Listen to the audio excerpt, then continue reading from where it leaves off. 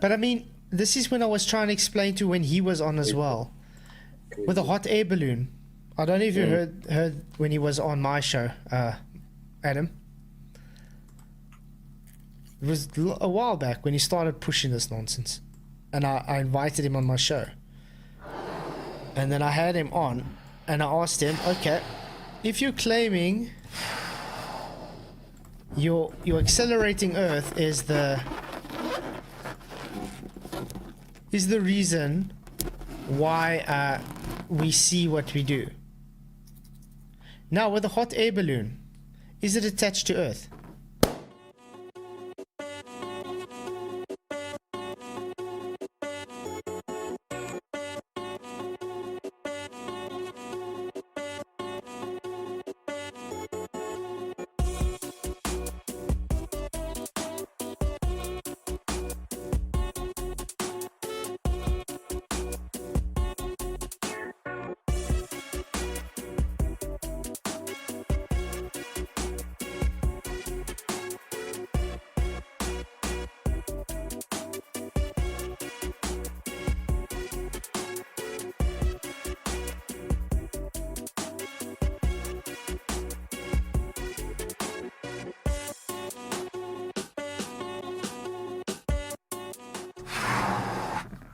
No.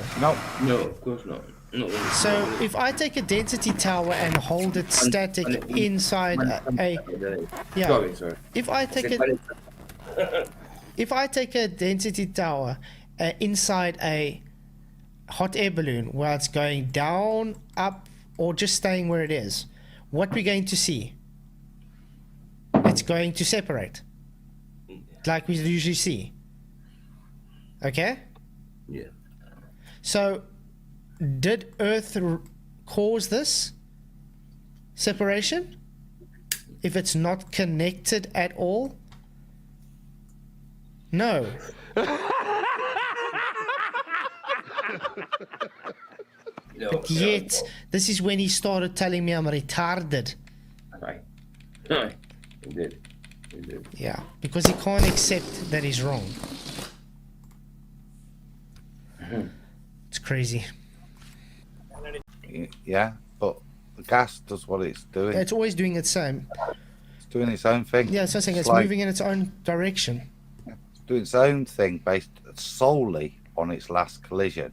Now, under normal circumstances, it will keep doing that. But if you move the position of the container, that will affect how the gas is felt. It's not going to affect its behavior, but it will have to mitigate as it tries through entropy to seek equilibrium. Exactly. Because that's all it wants to do. If you keep moving the container, it's got to align, and which is why that balloon in a car is a good description. That gives you a good idea that it will create air currents. Yeah, it's like when it's like when I'm scooping up air in this cup.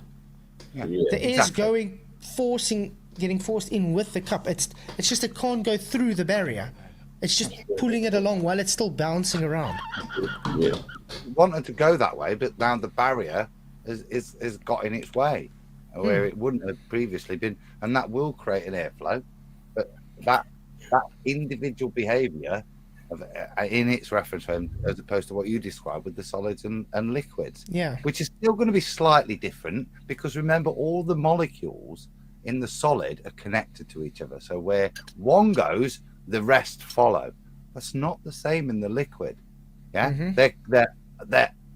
that's why you get hydrostatic pressure. They're laying on top of each other. But if there's nothing to lay on because you've thrown it out a window, then they're all much freer to move in more vectors. They actually have an up and down. Their up and downs are very limited. It's all side to slidey, isn't it? Yeah. Yeah, because they must open up all these possibilities to the liquid.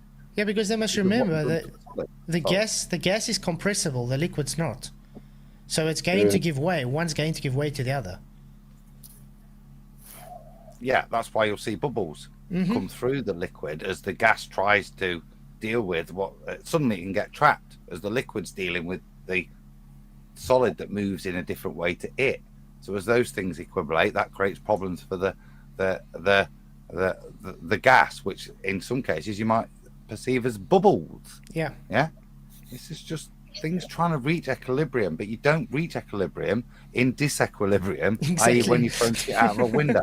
Exactly. No. I'm retarded. Retarded. I'm retarded. That actually we're the ones with the special pleading. This is delusional, and this is when I say shill-like behaviour. Exactly. This is what this is what's disgusting. This is where the man's integrity falls apart.